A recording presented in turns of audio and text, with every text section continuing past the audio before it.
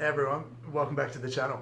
So today what I thought we could go through is I just wanted to touch on three really important exercises to treat shoulder impingement. Now shoulder impingement, for those who don't know, is it generally refers to a space, a natural space in the shoulder where within that space there's certain tissue that can get jammed up and irritated and become sore. So what we often find is if you place your finger on the tip of your shoulder, there's a bony piece that you can generally feel. If you slide off that, you'll hit some soft tissue and the top of the actual arm itself.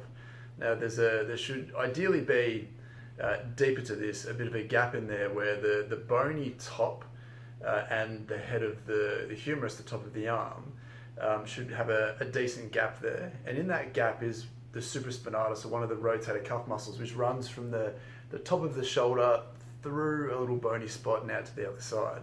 And on top of that, there's what we call a bursa, which is basically a sac of fluid that acts as a lubricator for areas of high friction. And of course, a tendon running across a bone or running through a gap is a great place to try and decrease friction so that we don't get irritation, inflammation, and damage long term. Now, one of the things that we know with impingement is that when someone has impingement, we often look at that as a natural or can look at it as a natural thing that's happened. Like you've just got to a point where the joint space is decreased and that tendon or that bursa has become irritated and impinging. But what we see clinically is that there's some obvious mechanical problems that lead to that space decreasing and becoming dysfunctional, and other things becoming sore as well. So one of the things that we want to look for is, and we address this in the exercises that we'll get to in a little bit, is we want to make sure that we're taking care of the dysfunction that sets up that impingement to be there.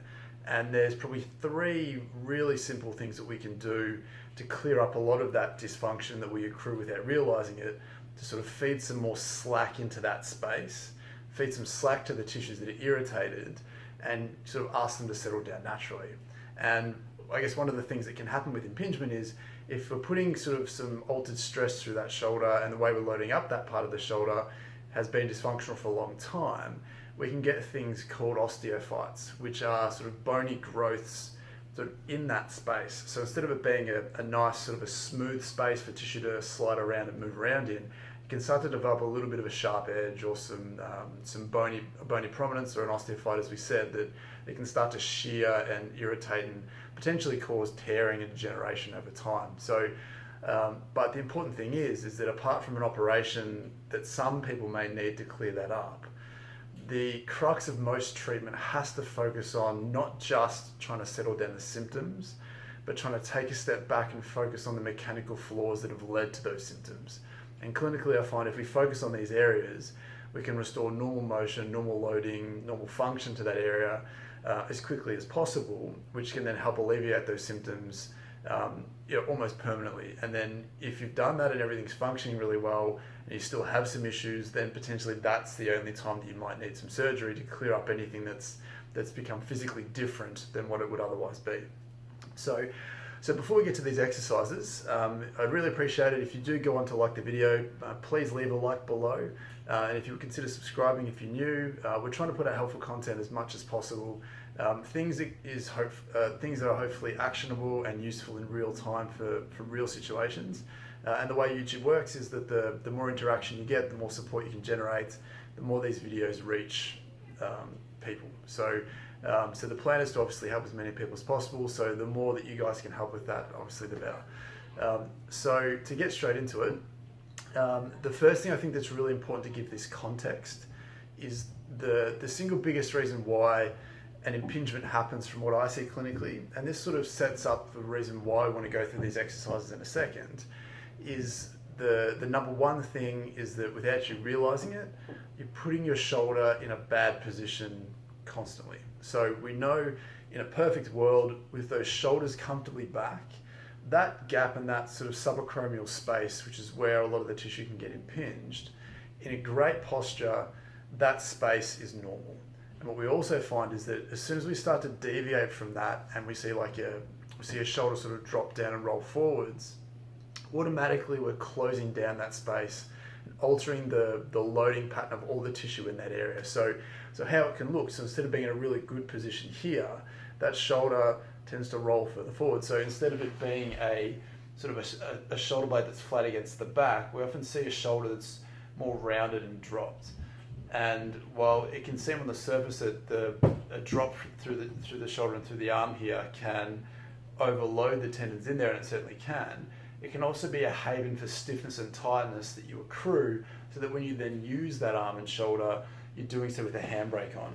And not only that, but if your natural default posture when you're on the computer or you're sitting down to watch TV or driving or using your phone is this shape, that then becomes more likely to be the shape that you start to move from. And one of the really important tests that we do clinically to highlight this is, if we're in a really nice up tall posture with our shoulders back and our rib cage and our upper back in a good position, we can have full access to our inherent range of motion. And normal's about 180, and I probably have a little bit more than that. But what we see is, as soon as you put your body in a bad position, then all of a sudden you start to lose a lot of that range. You run out of space and you can start to jam up a lot of tissues because it's in a bad position. So hopefully this translates across on the video, but by putting myself in a better position, I then get full access to that range of motion again. So I guess the crucial concept that I want to promote with impingement is that the pain and the discomfort and the potential damage that you're dealing with is not an isolated problem. That tissue is just the tissue that has become dysfunctional because of the broader mechanical dysfunction that's going on. And it starts with the positions and the postures that you're in. So I guess the lesson from this is, the number one thing you have to be aware of and have to make yourself aware of is, from the moment that you get out of bed to the moment that you fall asleep, what positions and shapes are you putting those shoulders in and keeping them there? And if there's a common theme throughout your day, and it may not be the same thing the whole time, like you might sit at the computer for an hour or two and then get up and move around because you're trying to do the right thing, but then you might be at the dishes, doing some dishes in the same posture, and then to have a break you might be sort of relaxed on the couch using your phone, and then you might be actually doing something with your arms and shoulders, but you're doing it from a position that's less than ideal. So I guess that foundational concept is highly important. If you can't practice better positions, it's very hard to fix impingement long term, period. And if you have surgery, that's great, that might help you, but if you're still in the same bad shapes and creating the same bad habits, there's no guarantee that it's going to stay feeling good, or something else isn't going to become a problem, whether it's your neck or your upper back, or tendons at the front of your shoulder, your rotator cuff, whatever it might be. So I wanted to make that very clear to start with. It is the most important mechanical thing to be aware of. Now, the rest of these exercises, so these 3 exercises that we spoke about, 3 really good exercises to try and improve the function of the shoulder and ultimately that impingement. The first thing we want to go after is the upper back, and we can do that with the ball. So this is a lacrosse ball, we can use a tennis ball, a baseball, softball, whatever you would like to use. But again, the reason why this is really important is that any time spent in this rounded posture, the weight of the arm is always pulling and hanging off the tissue in the upper back because it's all connected. And again, after a while of being sort of overloaded, that tissue begins to sort of tighten and stiffen to tolerate that change in load. So if you then have this tight area and then try and move your arm on top of that, you've got this handbrake for normal function, which again, this stops moving really well, so the next joint along, the shoulder joint, can then be overloaded differently or loaded differently and cause some problems. So we can use the ball as we've done previously. We're going to get the ball into the top of our upper back where the bumps are, and then just move it straight off to one side. So in between that shoulder blade and the spine, in that area. And we want to basically get you to lie down on that ball. So it's just on the inside of my shoulder blade and just out from the spine. And I just want to move the ball from left to right, sort of from outside to in and up and down, until I find something that feels stiff. And for me, coming out onto the rib cage, just inside of that shoulder blade, I feel something that feels stiff. So with my arm here, I want to bring it up over the top, and I want to try and get my forearm to the ground. So for me, with the ball there, this is as far as I can go to start with. But what you'll hopefully see is that the more I do this, just using movement to shear this free, in a short amount of time, as that rib starts to give, you should start to see more of my face, and then my arm gets closer and closer to the ground. And what we want to do here is just to highlight this in terms of the range of motion that I have. within a short amount of time, it should go back even further than it did before. So I think for me, I was probably just past sort of 180, but now I feel like I've got a little bit more movement in that, a little bit more space to play with. So by taking that handbrake off here, it's giving me more space to move, takes the pressure off indirectly from the tip of that shoulder. So one of the things that often gets missed with shoulder impingement is that almost everyone who has shoulder impingement has a really stiff, tight, immobile upper back, which is just a handicap for normal function. So a ball is a fantastic way to go after that stiffness and tightness. You can go from the upper back, you can sort of bleed that up into the neck a little bit, go up higher into the neck, which is looking for stiffness and tightness. We want to put constant pressure on it and use movement to sort of shear that free, and then just move up or down or further out to the side and keep looking for what you feel is stiff and tight. And following on from that, the second part of this, the second exercise or the second part of this exercise, we can use the ball again, but this time, instead of just being on the upper back, on the inside of the shoulder blade, a lot of the tissue on the shoulder blade at the back of the shoulder also gets tight for the exact same reason. So if we're in this sort of rounded off shape, not only are we pulling through all this tissue consistently, but the weight of the arm attaching to the actual shoulder blade itself, we also get this sort of lower down pulling at the same time. So this gets stiff up here, this gets tight sort of at the back of the shoulder as well. So we want to go after the same thing with the ball. And what we want to do is the same deal again. So we want to place the ball at the back of the shoulder, and again, you'll know where this is.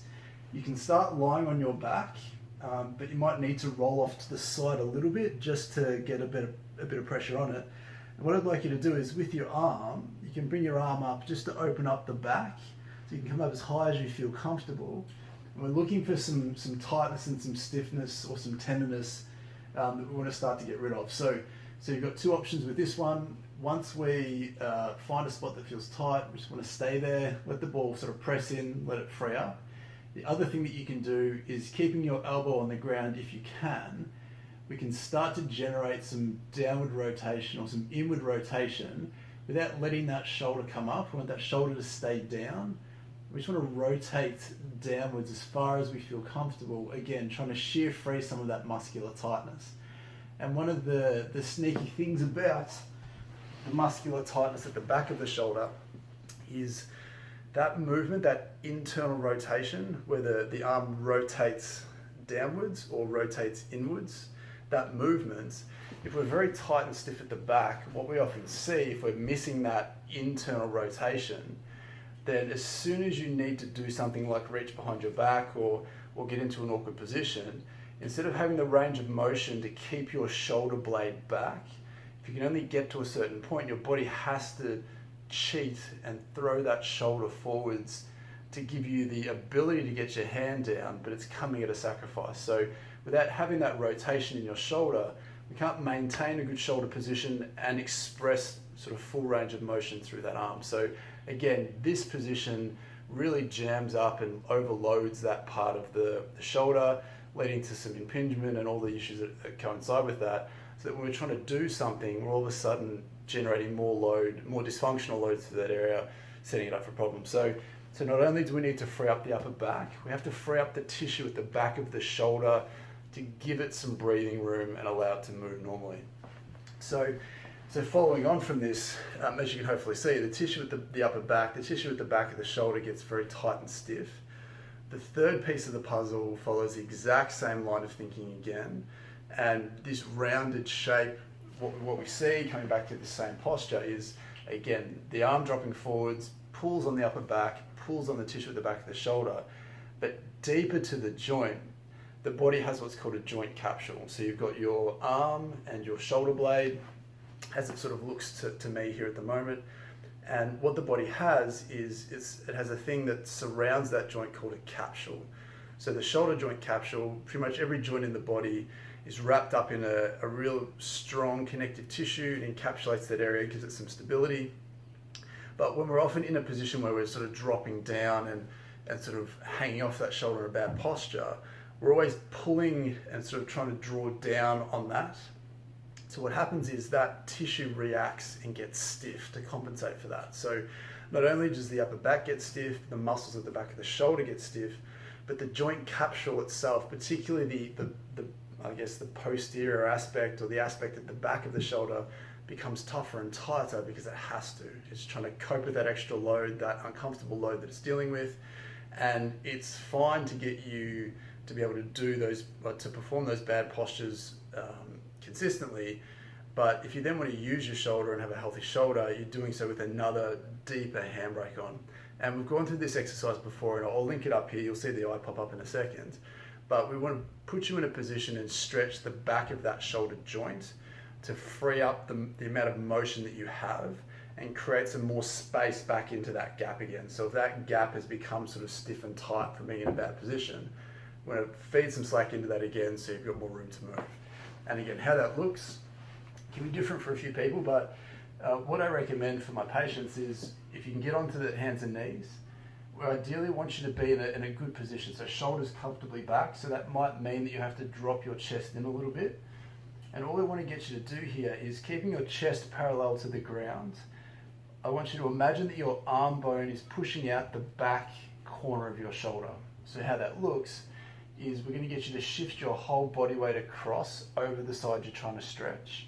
And we want to maneuver yourself until you feel like you're getting some pressure on the back of that shoulder. Now, if you have any discomfort at all at the front, it means you're in a bad position. So you want to reset to a good position. Instead of coming all the way over, you might need to come down a little bit more and then across, or over the top of it a little bit more and then across, just to see which position gives you a more specific pressure at the back and nothing else through the front. Because if you have an impingement and you're in a position, this position, and you feel that same impingement, there's no guarantee it's not going to get annoyed or irritated from this position. And this stretch should be a good thing for you, but it can quickly become an annoying thing if you feel that. So make sure that when you're in this position, you only feel some tightness or some pressure at the back of that shoulder, and it may only be subtle, and all we want you to do is stay there. And we can make this more specific by doing it on your elbows. Do the same thing where you just come across till you feel some pressure at the back of that shoulder. We just want you to stay there and hang out there. And what this does, as I said, it just gets that head of the humerus, sort of stretches out that stiffness at the back of the capsule. And again, what it does, you should see this immediately, is you should feel like it gives you more range of motion, or a sense of more range of motion than what you had previously. So those three exercises, the two with the ball in the upper back and the back of the shoulder, and that really basic shoulder capsule stretch, are three exercises that I would recommend to anyone going through any type of impingement. Not only should it help with your symptoms, but it should hopefully help address the root underlying cause for those symptoms, which is something that we miss a lot, and we see it so much. So just as a quick reminder, those three exercises are only going to be good as the positions that you then put yourself into, and you can't cheat these positions. You can't necessarily rely on a brace or stiff clothing or an ergonomic setup. You have to take that responsibility yourself to hold yourself in a good position. And you can certainly layer on top of that those rotator cuff and rowing exercises to strengthen the muscles at your back, to hold you back and give you more endurance and strength. But ultimately, if you're not paying attention to those shapes, you can have all the strength in the world and it's worthless, because you'll just be hanging off your passive tissue like anyone else. And you may have a little bit more tissue tolerance than someone else if you're nice and strong back there, but there's still a threshold for dysfunction at the end of the day. So the only way to guarantee that impingement doesn't exist or doesn't hang around or doesn't want to come back is to make sure that your default positions are better and those shoulders are back. So I hope that helps. Please give those exercises a go. Let me know in the comments below how you felt they went. And if you have anything particular that you like to do for an impingement syndrome, let me know as well. So again, if you did find this video useful and you think someone else might benefit from that, please show it to them, share it to them. Leave a like below. Consider subscribing if you're new, just so you can get the content as we put it out. But we're putting out these videos probably each day or as good as, so please keep an eye out on them. They're all information that we talk about with patients to hopefully make a difference for them, and if one person's going through it, there's every chance that you and someone else might be as well. So until next time, thanks for stopping by, and we'll see you soon.